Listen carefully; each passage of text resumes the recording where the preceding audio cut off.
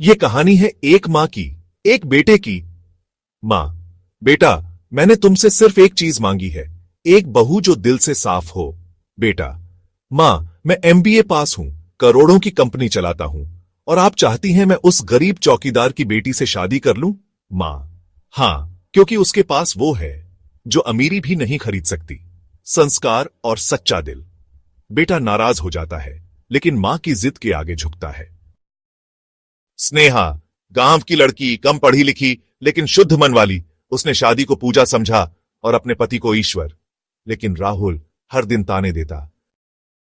राहुल, तुम्हें किसी पार्टी की तमीज नहीं, अंग्रेजी बोलना नहीं आता, तुम मेरे लायक नहीं हो।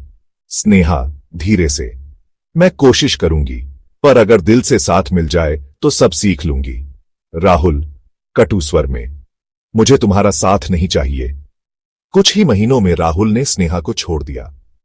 मां ने लाख समझाया, पर बेटे ने सुना नहीं, और फिर शुरू हुई कर्म की कहानी। उसकी कंपनी में घोटाला हुआ, मार्केट गिरा, बैंक अकाउंट सीज।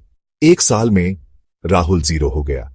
एक दिन बारिश में भीगता राहुल मां के पैरों में गिर पड़ा। राहुल रोते हुए, मां, सब चला गया, सब कुछ। लेकिन सबसे बड़ा नुकसान मैं अब समझ पाया, स्नेहा थी। मां आंखों में आंसू। अब समझ आया बेटा, स्नेहा ने कभी कुछ नहीं मांगा, बस थोड़ा सा प्यार। राहुल अब एक सामान्य नौकरी करता है। एक दिन एक मंदिर के बाहर उसे स्नेहा दिखती है, बच्चों को पढ़ाते हुए। राहुल, स्नेहा, क्या मैं फिर से एक मौका पा सकता हूं? स्नेहा धीरे मुस्कुराते हुए, शायद देर हो गई, लेकिन सीख कभी देर से भी मिले तो अमूल्य होती है। हम अक्सर हीरे को तब पहचानते हैं जब वो हाथ से फिसल जाता है। कभी कभी मां की नजर वक्त से पहले देख लेती है, वो जो हमारी आंखें नहीं देख पाती। और स्नेहा जैसी स्त्रियां खोने के बाद समझ आती हैं, क्योंकि उनका मूल्य दिखता नहीं, बल्कि महसूस होता है। राधे राधे।